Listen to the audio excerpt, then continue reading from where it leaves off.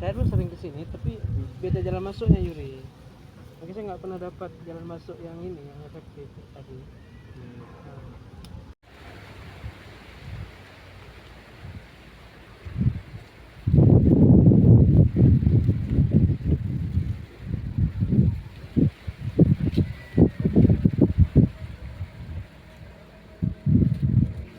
boleh, boleh. Oke, atau saya coba jelaskan ke ini, ke Yuri kan, sedikit. Tapi saya nggak begitu Pak. Assalamualaikum warahmatullahi wabarakatuh. Adik-adik mahasiswa semua. Saat ini saya sedang berada di kawasan Pitai, sebuah titik heritage yang berkelas dunia yang pernah saya ungkapkan di kelas kita terdahulu bersama dengan seorang sahabat kita dari jauh di sana, dari Pulau Banyak, dari Pulau Haloban.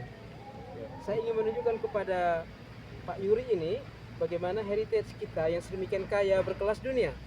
Jadi kalau kemarin saya bercerita mengenai Portugis, bicara mengenai Belanda, bicara mengenai Malaysia, dan ini adalah bicara mengenai Turki yang sebenarnya dalam jangkauan kalian untuk menuju ke sini. Baik adik-adik, ini sekarang saya berada dengan Bapak Yuri ini di komplek pemakaman yang mungkin agak sedikit tidak seperti biasanya yang biasa kalian perhatikan di pemakaman umum.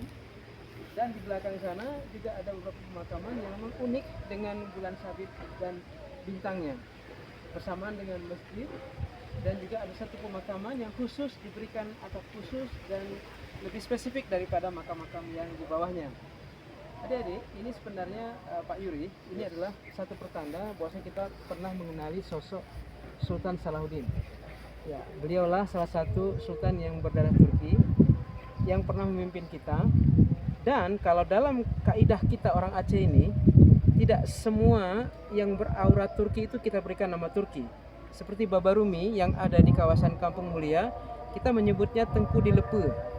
Jadi ada nama-nama khusus yang memang diterapkan untuk orang-orang datang dari luar untuk dapat aura, dapat atmosfer berkeacehan, maka namanya pun ditabalkan nama yang lain, lebih merasakan lebih unik, lebih Aceh rasanya.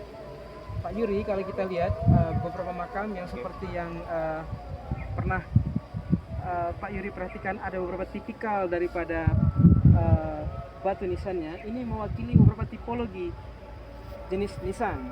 Ada yang berbentuk seperti bulat, ada yang persegi, ada yang pipih, ya.